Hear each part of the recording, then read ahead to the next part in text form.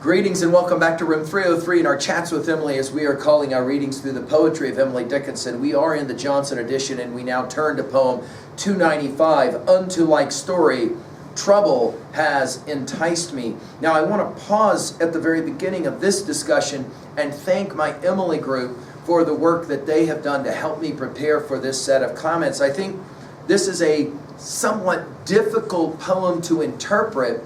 I believe that we can say that it is another theodicy, that is to say, an explanation of why there must be pain and suffering in the world, and she'll refer to it as her crucifixion. Well, obviously I have to speculate a little bit on why she calls it that. It isn't ever clear in the poem what it is that comprises her crucifixion. We have seen this before, though, her identification in some way with the suffering of martyrs and maybe even Christ himself. Our assumption is that you've been following our stuff at learnstrong.net, down that left-hand side, Chats with Emily, our playlist. I'm hopeful that you've been working through our set of introductory comments already, where we talk about what in 303 we call our Big Five: epistemology, what you can know; ontology, who you are; psychology, the study of the individual mind; sociology, the study of the group or collective mind; and then finally, the last of the Big Five is that word that I use, theodicy. Why must there be pain and suffering in the world? And I think Emily often is asking that question, and it's what makes her poems so powerful.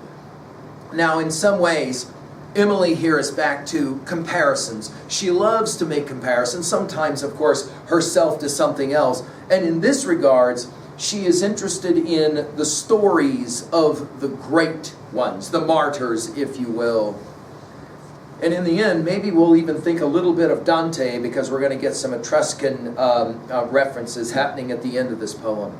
It reads like this: Unto like story, trouble has enticed me. How kinsmen fell, brothers and sister, who preferred the glory, and their young will bent to the scaffold or in dungeons, chanted till God's full time, when they let go the ignominy, smiling, and shame went still. Unto guest crests my moaning fancy leads me, worn fair by heads rejected in the lower country. Of honors there, such spirit makes her perpetual mention, that I, grown bold, step martial at my crucifixion as trumpets rolled. Feet, small as mine, have marched in revolution, firm to the drum; hands, not so stout, hoisted them in witness when speech went numb.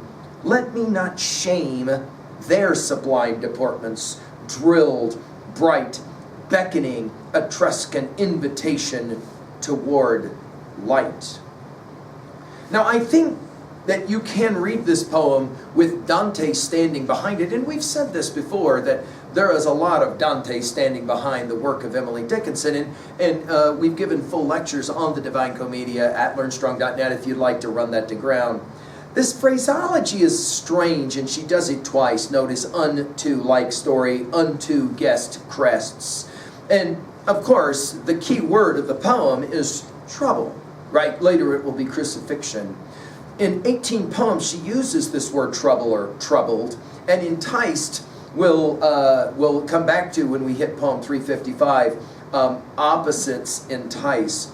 In other words, it's as if trouble has brought me. Now, why? We don't know. Some have read this poem as Emily continuing to be conflicted about whether she should publish or not publish her material. And in that regard, she comes to kinsmen, martyrs, if you will, as we understand it.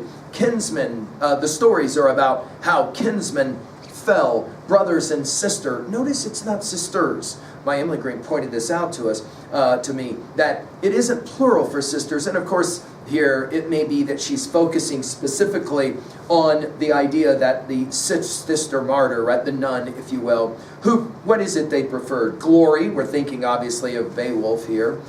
She'll use this word glory in 28 poems. We're going to see it in the next poem at 296. Was it glory? That will do. Spell slower. Glory. The longing to be remembered. And their young will bent to the scaffold or in dungeons. In other words, she's thinking about the trouble that she has and the way in which others before her that she's read about in stories and the like have been able to meet their troubles in the form of obviously a scaffold or a dungeon. And what it is they did was chant. Now again, this is the connection maybe with Emily and her poetics, till God's full time suggesting that one will only understand in the end only after one has lived to the end, and of course God's full time, whether that be the restoration and God's return or just death. When they let go the ignominy, smiling from chanting to smiling, and shame went still. We'll hear about more shame at the very end. Let me not shame. And shame, but notice here capitalized, went still. I told you about our use of the word still. In 95 poems, she loves this word. And again, I think T.S. Eliot, there's quite a bit of little getting happening here. We've given full lectures at learnstrong.net. Go to those final lines in Little Getting 5.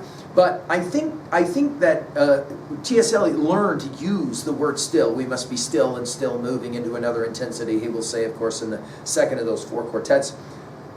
That is to say, I want to be like the brothers and the sister, those who were able to experience the scaffolding of the dungeon, and they were able to have some strong sense of purpose and faith. Then she comes back to it, not unto like story, but now unto guests' crests. In other words, history, family history, if you will. My moaning fancy. It's a compelling word, the moan, right? It can be someone being tortured, obviously it can have a sexual rending here as well. Leads me, worn fair, again, worn as in troubled, by heads rejected. Now, this use of the word rejected will take us back to poem 220. And is it that she feels rejected in some way? Maybe, of course, her poetry. Is that what she's saying? In the lower country of honors there, and we'll come back to this idea of lower country with Etruscan later, right? Such spirit makes her perpetual mention in the story, right? In other words, the martyrs are defined by martyrs because they stand up to the pain. That now all of a sudden she injects herself into the poem, grown bold, step martial, and of course you'll hear this martial language later, it'll be drilled, right? Step martial at my crucifixion. Now, we'll see this use of crucifixion in 501, 527, and 553. It's the other times she references, notice it's capitalized, as trumpets roll. So she imagines, she's going to her own form of terrible martyrdom or crucifixion. And then she'll comment on her feet, which is interesting. Feet, small as mine. You'll remember in our study of Dante, we commented on the power of feet and how Dante is always, he's walking, obviously, through the experience. And then back to the use of the word small. I told you guys in 77 poems, she emphasizes her fragility, small. Feet, small as mine, have marched in revolution, notice capitalized. We saw revolution already in poem 73. We'll see it again in 972. We'll hear it, we'll come back to this poem in 1082 when she says it, revolution is the pod systems rattle from. When the winds of will are stirred, excellent is the bloom. But except its russet base, every summer bee, the entomber of itself, sow of liberty, left inactive on the stalk, all its purple fled. Revolution shakes it for test, if it be dead. This idea of revolution, the idea that in some kind of contest, right, where there's some kind of revolt happening, she says she wants, even though her feet are small, to be firm to the drum. Hands, from feet to hands, not so stout as opposed to small, hoisted them in witness. In other words, here she's making the argument she wants to come to her crucifixion and witness what?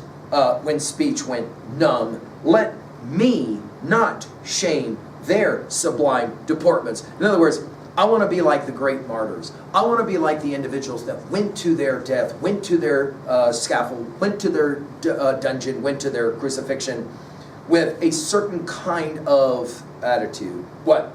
Martial, drilled, bright, beckoning. In other words, I'm ready. Etruscan invitation, maybe her reference here is Dante, toward light. It would make sense that we would think that maybe she's thinking Dante, of course, because at the end of the Divine Commedia, it is light in the end, of course, in Paradiso, that becomes the symbol of all symbols. Well, what is it that we think maybe she's saying here at 2a? Well, I think her argument is that the goal is to face suffering, crucifixion in her case, like a true believer or a martyr. In other words, have that sense that I'm going to get through this, I'm going to get through it well. At 2b, the language is fascinating here, and the syntax construction is fascinating. I'll just call it the martial language, the language of martyrs as well might be the way to think of it. At 3a, well, I think Dante's Divine Commedia is standing in some regards behind this one. And then finally at 3b, to own a poem like this, how in your own life have you faced some of the pain, dare we call it, your crucifixion, and have you done it so that you were able to find glory? It's an interesting question. I hope Emily's challenging you. Thank you.